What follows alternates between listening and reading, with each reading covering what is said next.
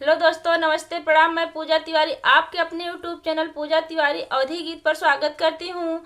दोस्तों, आज हम आप लोगों के लिए एक विवाह गीत लेकर आए हैं। आप लोग वीडियो को लास्ट तक देखिए। पसंद आए तो लाइक कीजिए, सब्सक्राइब कीजिए और कमेंट तो जरूर कीजिएगा। काऊ देखी मोरे बाबा मछली छलकी गई। काऊ देखी मोरे बाबा मछली छलकी गई। काऊ देखी भौरा मेढ़ राय जी। काऊ देखी भौरा मेढ़ राय जी। काऊ देखी मोरे बाबा हम का बियाहला हो। काऊ देखी मोरे बाबा हम का बियाहला हो। काऊ देखी गईला लो भाई जी। काऊ देखी गईला लो भाई जी। जल देखी मोरी बेटी मछली छलकी गई। जल देखी मोरी बेटी मछली छलकी गई। फूल देखी भौरा मेढ़ राय जी। फूल देखी भौरा मेढ़ राय जी।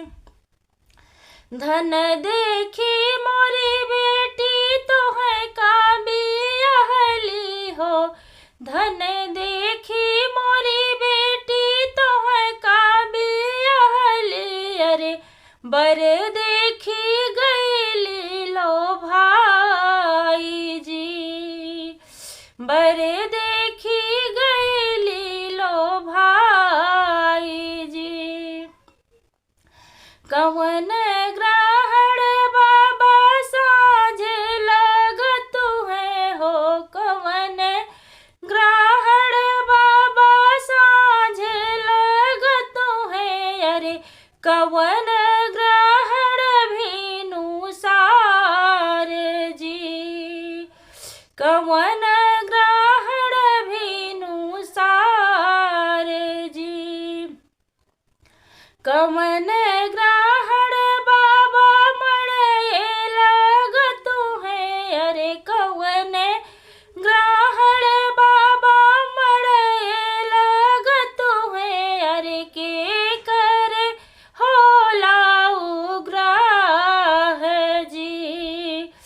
के कर होला उग्रह जी। चंद्र ग्रहण बेटी साँझ लगत है हो। चंद्र ग्रहण बेटी साँझ लगत है। अरे सूर्य ग्रहण भीनु सार जी। सूर्य ग्रहण भीनु सार जी। बेटी ग्रहण बेटी मड़े लगत है हो। बेटी ग्रहण बेटी मड़े लगत है हो। बाबा के होला उग्रह जी।